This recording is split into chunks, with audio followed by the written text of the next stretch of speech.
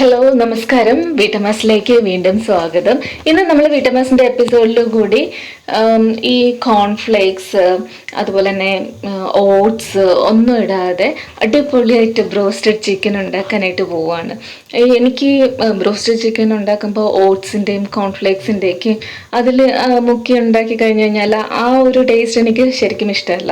അപ്പം എന്നെപ്പോലെ അത് ഇഷ്ടമില്ലാത്ത ആരെങ്കിലുമൊക്കെ ഉണ്ടെന്നുണ്ടെങ്കിൽ നമുക്ക് ഭയങ്കര ടേസ്റ്റി ആയിട്ട് ഭയങ്കര ഈസി ആയിട്ട് വളരെ കുറച്ച് ഇൻഗ്രീഡിയൻസ് വെച്ചിട്ട് അടിപൊളി ബ്രോസ്റ്റഡ് ചിക്കൻ വീട്ടിൽ തന്നെ ഉണ്ടാക്കാം.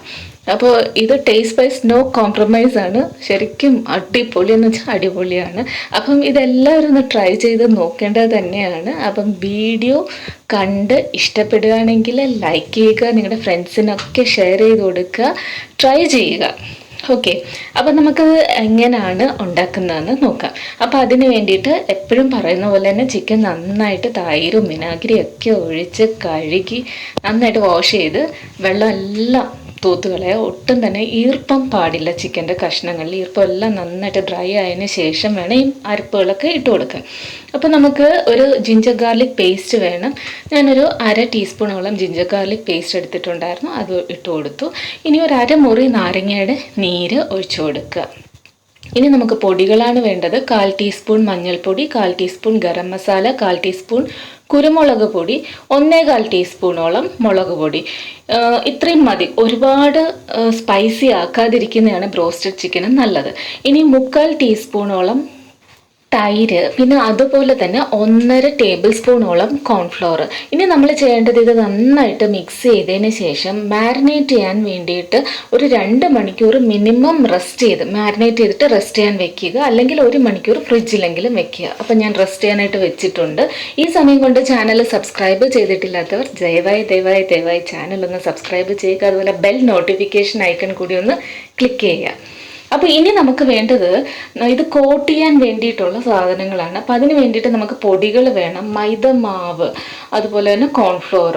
അപ്പം 3 ടേബിൾ സ്പൂൺ മൈദ മാവിന് 1 ടേബിൾ സ്പൂൺ കോൺഫ്ലോർ എന്ന ആ ഒരു പ്രൊപ്പോർഷനിൽ വേണം എടുക്കാനായിട്ട്. നിങ്ങൾക്ക് എത്ര ചിക്കൻ ഉണ്ടോ അതനുസരിച്ചിട്ട് ഈ ഒരു പ്രൊപ്പോർഷനിൽ പൊടി എടുക്കുക. ഇനി നമുക്കൊരു മുട്ട വേണം. മുട്ട നന്നായിട്ട് ബീറ്റ് ചെയ്ത് അടിച്ച് പതപ്പിച്ച് അവിടെ വെക്കുക. എന്നിട്ട് ഇനി നമുക്ക് നമ്മുടെ ചിക്കൻ എടുത്തിട്ട് വരാം. ചിക്കൻ എല്ലാം റെഡിയായി റെസ്റ്റ് ചെയ്ത് ഇങ്ങനെ അരപ്പൊക്കെ പിടിച്ചിങ്ങനെ ഇരിക്കുകയാണ്. ഇത് നമുക്ക് ആദ്യം നമ്മൾ മൈദമാവിൽ കോട്ട് ചെയ്ത് എടുക്കുക. മൈദമാവിൽ ജസ്റ്റ് ഒന്ന് കോട്ട് ചെയ്തതിന് ശേഷം ഇനി നമ്മൾ ബീറ്റ് ചെയ്ത് വെച്ചിരിക്കുന്ന മുട്ടയിൽ മുക്കി കൊടുക്കുക. മുട്ടയിൽ മുക്കിയതിന് ശേഷം ഇനി ഈ പൊടിയുണ്ട്, മൈദമാവും കോൺഫ്ലവറും കൂടെ മിക്സ് ചെയ്ത് വെച്ചിരിക്കുന്ന പൊടിയില്ലേ, അതിൽ തന്നെ നന്നായിട്ട് മുക്കിയെടുക്കുക. അപ്പോൾ ഈ ഒരു കോട്ടിങ് ഭയങ്കര ഇമ്പോർട്ടൻ്റ് ആണ്. ആദ്യം നമ്മൾ മൈദമാവും കോൺഫ്ലവറും കൂടി പൊടിയിൽ മുക്കി ജസ്റ്റ് ഒന്ന് മുക്കിയതിന് ശേഷം മുട്ടയിൽ മുക്കുക. പിന്നെ രണ്ടാമത് വീണ്ടും ഈ പൊടി മിക്സിൽ ഒന്നുകൂടി ഒന്ന് നന്നായിട്ട് കോട്ട് ചെയ്ത് മാറ്റി വയ്ക്കുക. അപ്പോൾ ഇങ്ങനെ ചിക്കൻ എല്ലാം ഇങ്ങനെ കോട്ട് ചെയ്ത് മാറ്റി വയ്ക്കുക. ഇങ്ങനെ ഒരുപാട് നേരം കോട്ട് ചെയ്ത് മാറ്റി വയ്ക്കരുത്. കോട്ട് ചെയ്ത് കഴിഞ്ഞാൽ ഉടനെ എണ്ണ ചൂടാക്കി പൊരിച്ചോളണം. കാരണം ഇതിൽ പിന്നെ ഈർപ്പം നിന്ന് കഴിഞ്ഞ് കഴിഞ്ഞാൽ ആ ഒരു ലുക്ക് ഉണ്ടല്ലോ, ഇങ്ങനെ പിരിപിരാന്നിരിക്കുന്ന ഒരു ലുക്ക് ഉണ്ടല്ലോ ബ്രോസ്റ്റഡ് ചിക്കന്, അത് നമുക്ക് കിട്ടത്തില്ല. അത് കാരണം പൊടി നമ്മൾ കോട്ട് ചെയ്ത് കഴിഞ്ഞ് കഴിഞ്ഞാൽ, അതുകൊണ്ടാണ് പറഞ്ഞത് ചിക്കനിൽ ഒരിക്കലും ഒരുപാട് ഈർപ്പം കാണരുത്. നന്നായിട്ട് തുടച്ചതിന് ശേഷം മാത്രമേ അരപ്പെല്ലാം പെരട്ടാവൂ എന്ന് പറഞ്ഞത്. അപ്പോൾ ഇനി നമുക്ക് എണ്ണയിലിട്ട് വറുത്ത് കോരാം. അപ്പോൾ നല്ല ചൂട് വേണം എണ്ണയിലോട്ട് ഇടുമ്പോഴത്തേക്ക്. പിന്നെ അത് തീ കുറച്ചോളണം, സിം ടു മീഡിയമിൽ ആക്കിക്കൊള്ളണം. കാരണം നമ്മൾ ഈ ബ്രോസ്റ്റഡൊക്കെ ഒരുമാതിരി വലിയ പീസസ് ബ്രോസ്റ്റഡ് ആക്കുന്നത് അല്ലേ, അപ്പോൾ ഉള്ളൊക്കെ ഒന്ന് വെന്ത് വരണം. അതുപോലെ തന്നെ നമ്മൾ ചിക്കൻ്റെ കഷ്ണങ്ങൾ എടുക്കുമ്പോൾ കാലൊന്ന് വരഞ്ഞു കൊടുക്കണം. അത് നമ്മൾ ഏത് ഇതിനെ വറുക്കാൻ എടുത്തു കഴിഞ്ഞാലും കാലൊന്ന് വരഞ്ഞതിന് ശേഷം വേണം അരപ്പ് വരട്ടി എടുക്കാനായിട്ട്, ഫ്രൈ ചെയ്യാൻ എടുക്കുന്ന പീസസിൽ. അപ്പം പെട്ടെന്ന് വെന്ത് കിട്ടും, ഉള്ളിലോട്ട് മസാലയും പെട്ടെന്ന് ഇറങ്ങി വരും.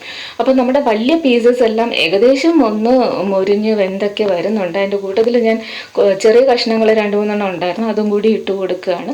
അപ്പോൾ ഇതെല്ലാം കൂടി ഇവിടെ കിടന്ന് നന്നായിട്ട് വറുത്ത് മൊരിഞ്ഞ് നമ്മുടെ ബ്രോസ്റ്റഡ് ചിക്കൻ എല്ലാം റെഡി ആയിട്ടുണ്ട്. അടിപൊളിയായിട്ട് ഭയങ്കര ടേസ്റ്റിയാണ്. ഈ ഓട്സിൻ്റെയും കോൺഫ്ലേക്സിൻ്റെയും ഒന്നും വേണ്ടാത്ത രുചികളൊന്നും വരത്തില്ല.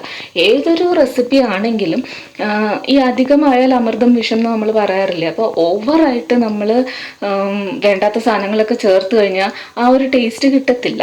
അപ്പം മിനിമം ഇൻഗ്രീഡിയൻസ് വെച്ചിട്ട് മാക്സിമം ടേസ്റ്റി ആയിട്ടുള്ള ഐറ്റംസ് ഉണ്ടാക്കിയെടുക്കുക. അതാണ് ഏറ്റവും നല്ലൊരു കുക്കിൻ്റെ ഫസ്റ്റ് ക്വാളിറ്റി എന്ന് പറയുന്നത് കേട്ടോ. അപ്പോൾ ഒന്ന് ട്രൈ ചെയ്ത് നോക്കുക. ട്രൈ ചെയ്തതിന് ശേഷം നിങ്ങളുടെ അഭിപ്രായം കമൻറ്റ് ബോക്സിൽ അറിയിക്കുക.